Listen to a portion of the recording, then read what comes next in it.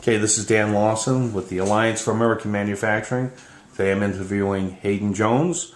He is a worker from the Rumford Mill. Haydon, how long have you been at the mill? All total, 20 years. And what positions have you held there? Well, I started off as a paper maker.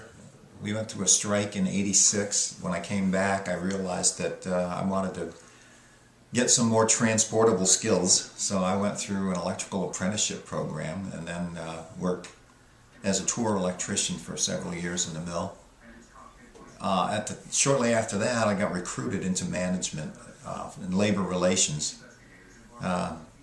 Managed the hiring process, negotiated contracts, and then after the mill was sold, it was Boise Cascade, it was sold to Mead Paper. I decided it was time to move on, and I got involved with maintenance training. Around the time that they decided to downsize, training was one of the first areas that was cut, so I was laid off at the end of 1999.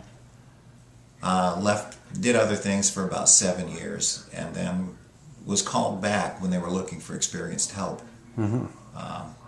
This last hiring, I was there for about 2 years before they ran into rough times and I got laid off again. And since you've been laid off, how has that changed your life? Well, I would say it has caused a serious contraction of all of my financial involvements, you know. The money has been tight. I've been on unemployment for, let's see, that would be about 9 months. And then to complicate things even more, I've got some medical issues that have actually disqualified me from collecting unemployment, and now without an income, waiting for some kind of a disability income. And what you've seen here,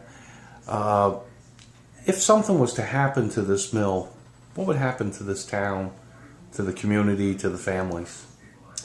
I think it would be a ghost town in short order. You know, it's bad enough that a lot of the kids that grow up in this area leave the area to look for work because the job market is really tight. But in the event that the mill, which is the #1 industry in this area, if that were to go down, I think you'd see a lot of people just leaving in search of work. I've noticed even downtown that there are empty storefronts, businesses have closed. Is this because of the recent downtimes that the mill has experienced? People are just realizing that it's tough times for everybody? Yeah, and I'm sure that that's a factor that plays into that. People just don't have the money to spend, and it's a ripple effect. You know, if they're not going out to eat, if they're not going out to buy stuff, you know, local businesses have a tough time, and it eventually gets to the point where they can't survive. And what have you seen happening to the tax base in the area, not only for the town but for the county, with the problems the mill has been experiencing?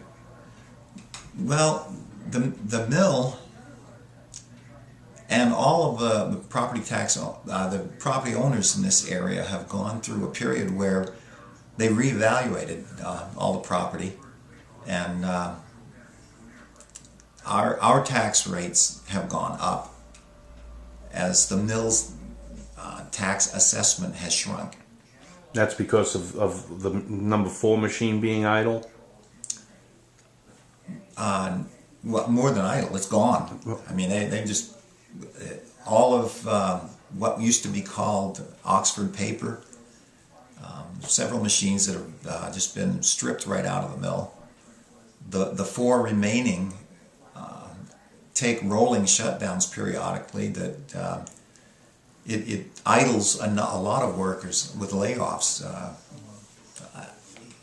Most recently, I would say it's been a group of about 100 that were laid off in March, and then in addition to that, over the last months there have been smaller layoffs and that included production and maintenance. So hopefully things are turning around right now, and we'll see how it goes. We know we're working on this trade case, and if you had the opportunity to talk to the powers to be that are going to decide this, what do you think that we need to have happen to give us a level playing field? Well, if the tariffs can do it alone, that would be great. I don't know if there's another way to actually level the playing field. I think people need to give some consideration. I know they talk about a global economy and everything, but locally, I think that a lot of people need to look at sustaining the jobs that are around them, because that really is going to determine their quality of life.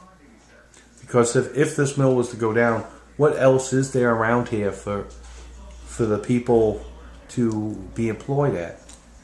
Well, for any kind of industry, you're talking at least a 50-mile commute. Wow. And more like 90 miles to Portland if you wanted to go that route. So it would be tough. Very good. Haydon, I want to thank you for your time. Very good interview. I appreciate it.